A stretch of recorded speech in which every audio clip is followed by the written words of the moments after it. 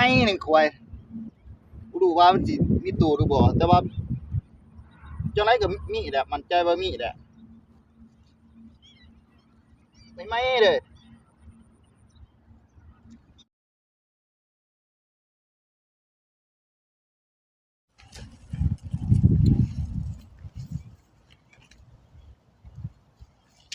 สวัสดีพี่น้องวันนี้สิพาพี่น้องมารักดูไม้นี่ตรงหน้าล่างท่านนี่อันนี้กับรัก10หลังแล้วก็บวง30เหยื่อของเราก็เป็นเหยื่อขี้ไตพี่น้องมาลุ้นกันว่าสิได้บ่แต่ว่าเป็นคือฝนสิตกมืดๆคึมมาอยู่ไม้นี่แหละเป็นตะมีหนูบ่หรือบ่มีหนูลอกมาเบิ่งพี่น้องไม้นี่บ่เคยมาไม้นี่หักริมถนนคือเก่าเสียงรถแล่นบั่นอยู่ไปพี่น้องไปดูน้ำกันว่าสิได้ใส่จักหลังแล้วสิมีหนูบ่มีหนูไปพี่น้อ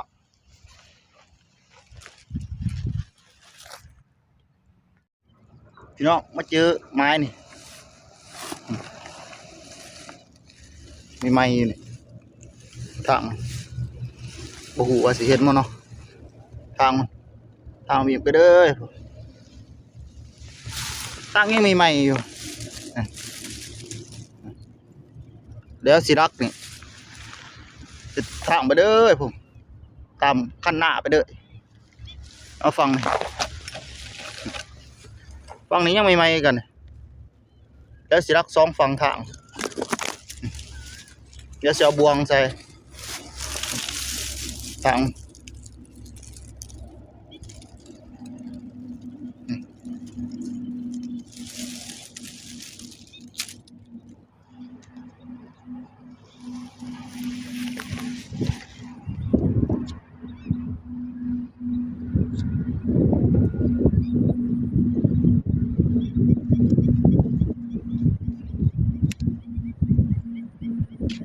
ไม่หนึ่งควาย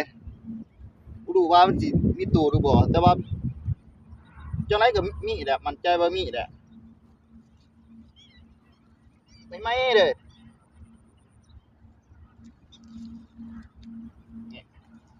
ประมาณนี้หมดไป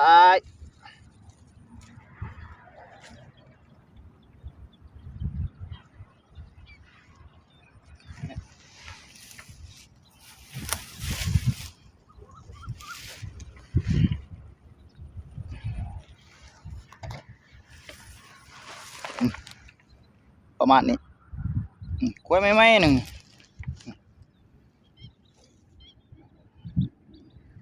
มีตัวแน่นอนแต่ว่ามันสิถือบ่ถือก็จังว่ากันอีกนี่ดักบวงตัวนี้เอาบวงใส่เดี๋ยวประมาณนี้พี่น้องใส่พี่จะใส่บวงเบิดแถวนี้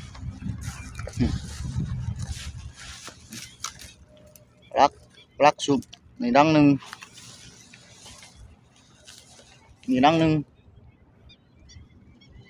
ฟังนี่ก็แผ่วอะไรก็แมนเบิดแผ่วตามเป็นทางนี่แผ่วขาวนี่เอาพี่น้องถ่ายดูกันมืออื่นเช้าจะสิมานบ่ถ่ายดูน้ำกันมืออื่นเช้าบรรยากาศยามเช้าโอ้หนกลมวีอากาศหนาวมายามบวงพี่น้องแต่เช้าเลยมันนี่บรรยากาศดีครับลมวีอากาศหนาวหน่อยเด้อคืนนี่ก็ฝนตกคืนเลยโอ้ไม้กันนี่แหละไปพี่น้องไปดูดน้ำกันเอาสิได้ด้วยบ่พี่น้องหลังนี่โดนโอ้นี่บักทองขาวโอ้เดี๋ยวขอจัดการนู้นก่อนพี่น้อง หลังแดกกระโลนหนูทองขาวเฮ้ยหนูบักเจอบักคำโป่งเอาคือเก่าจะไล่หลังสองก็ว่าโอ้หลังสองเงียบโอ้ยโอ้บรรยากาศดีครับไม่น่าเขานกกระไดแท้ๆว่าเขาวานเขาวานใส่ตามพัฒนาทั้งสามจะได้มันลังแดกอะไรทั้งสามนี่เป็นกับเล็กบ่คือว่าเมียดแท้โอ้เป็นกับเล็กโอ้โดนมียังดิโอ้กับยังโอ้หลุดไปโอ้ถึงยังดีแล้วหลุดฮะโอ้มีแต่ขนเฮ้ทองขาวหรอบ้างแปลนเบิ้งล่างเลยพี่น้องเบิ้งมันเห็ดนู่นหน่อยแดนี่เบิ้งมันเห็ดทรายบวงโอ้มันคักใช่ปะเดี๋ยวเจอกับลักเจอกับเล็กโอ้หนุกยังเด่นแอดโอ้ลมคักดีเว้ยยามเช้านี่พี่น้องใส่ไปตามว่านนี่บริสุทธิ์ไทยเบิ่งว่านย่านฝนตกดังนี่สิเป็นกับเล็กลังเป็นจะไรมีดบ่โอ้มีดกี่ดีดังนะไปมาจะเก็บโอ้บรรยากาศดีครับโอ้ลมวีย่ามเช้าโอ้อากาศดีครับขนาดโอ้ยมันตะลังแดกมันหนูทองขาวมันกับมันหนูทองขาวล้างแดกโดดล้างสองล้างสามนี่เงียบเก็บน้ำว่าไม้นี่นาดุนยิ้วไม้นี่เป็นจะไรโดนพี่น้องบักทองขาวอีกตานี่ก่อนย่ามไปเบิดก่อนจังมากอันนี้เก็บย่ามแถวนี้เบิดก่อนเป็นจะไรว่าเจอแต่บักทองขาวเถอะโอ้หลังนี่กับผ้าผ่านไปเบิ่ง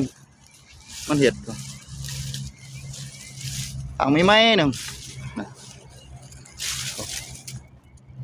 ทองขาวนี่บ่ท่านี่ก็เงียบกิ๊บโอ้หนูทองขาวตัวเดียวนี่บ่แลนอยู่นี่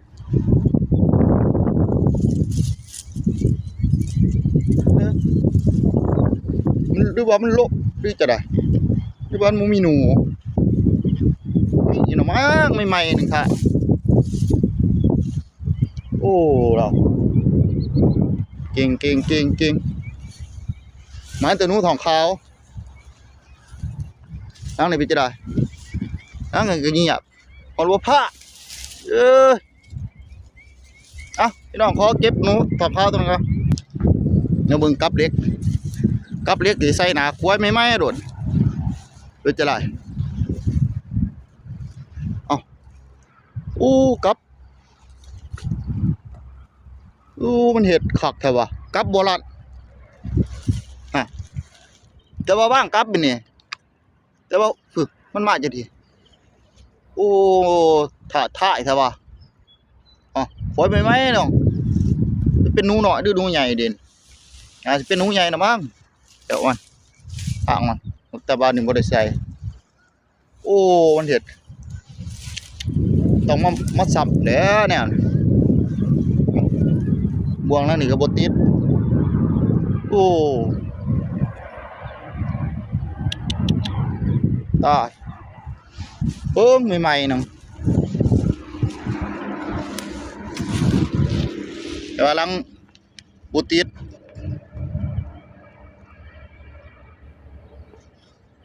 โอ้เราต้องเอาบ่วงมาใส่ดิจะได้เบิ่งว่างกับลักมันนี่กระเด็นมาพี่แต่ว่าบ่ลัด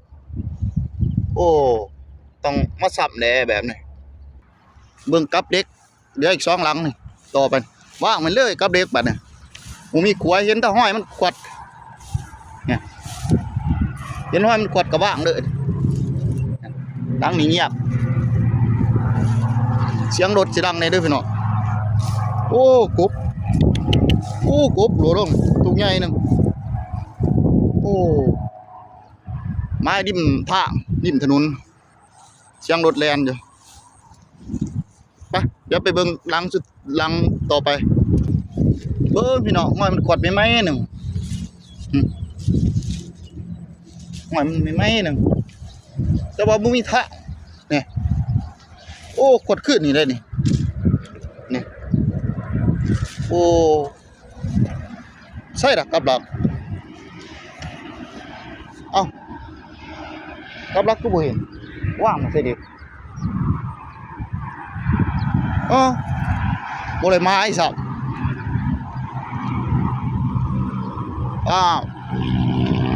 กับหลักหายไปสิดิเรื่องมองน่ะเด้บ่ได้เพราะว่าบ่ได้มาโอ้นี่เห็นแล้วลั่นแต่บ่ติดนี่โอ้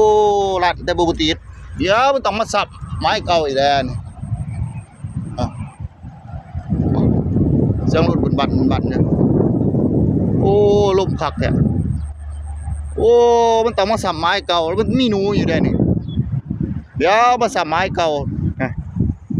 พี่น้องโอ้ลมคักแท้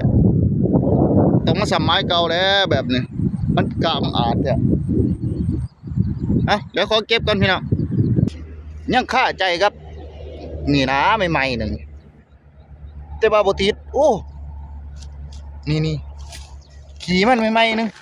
นี่โอ้ตัวบ่ใหญ่ปานใดดอกมึงส่งเดี๋ยวมันต้องมาเจอซ้ำตาดุนต่อไปพี่น้องเดี๋ยวสิมาสับมันไม้นี่จะได้ไม้นี่กับเล็กนี่เป็นจะได้เนี่ยปีนท้องอีกแล้วโอ้ยเจอตะบักนี่บ่ตัวที่3ด่ะตายคักตัวใหญ่ไปใส่เบิดโอ้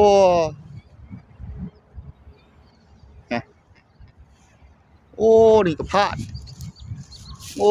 หนูหน่อยดอกนี่พลาดบ่วงกับเด็กกะลั่นแต่บ่ติดเป็นจะได้วะอาการตัดคือบ่ติดจะดูสองขาวร้องนี่เป็นจะได้ว่าเงียบแท้ร้านนี้ก็เงียบโอ้เนาะโอ้ยไม้บอดีเลยเด้มีแต่หนูทองขาวตัวที่3น่ะหนูทองขาวเลยโอ้มันแต่หนูทองขาวนี่บ่ตัวใหญ่ไปใส่เบิดเอ้าเหลืออีก2-3หลังอยู่นี่ไปจะได้รถแลนหมดวันอยู่ไม้ขันหน้าเขาดิเป็นตาอีบ่เมื่อกระสั้นแถวหนาวโอ้บรรยากาศดี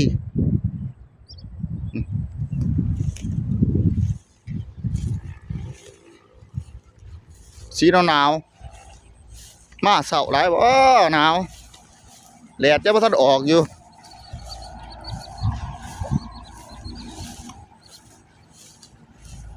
อากาศหนาวหนูบ่ออกบ่ออกแต่บักหำโป่งนี่บ่หำโป่งก็เอาขัวแซ่บกันดังนี่ก็เงียบจิ๊บพี่น้องตัวนะหำโป่งอีบ่โอ้ยบักหำโป่งอีล่ะฮะโอ้ตายมันสิได้แตะบักดีบ่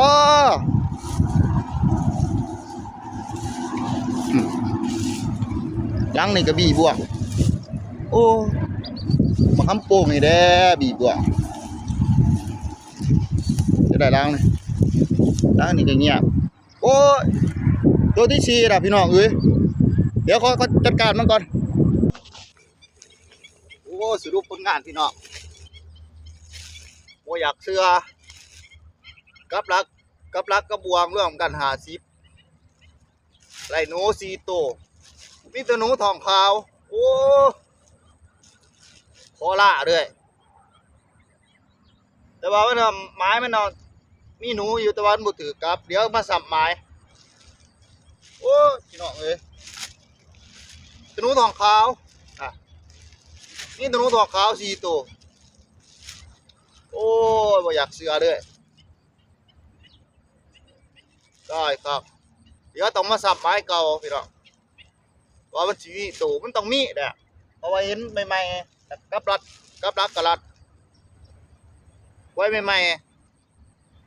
เอาสำหรับคลิปนี้ก็ขอตัวลาไปก่อนพี่น้องเดี๋ยวคลิปหน้าพบกันไหม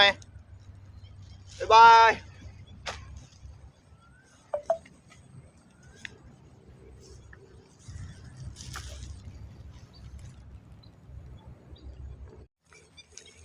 โอ้สรุปผลงานพี่น้อง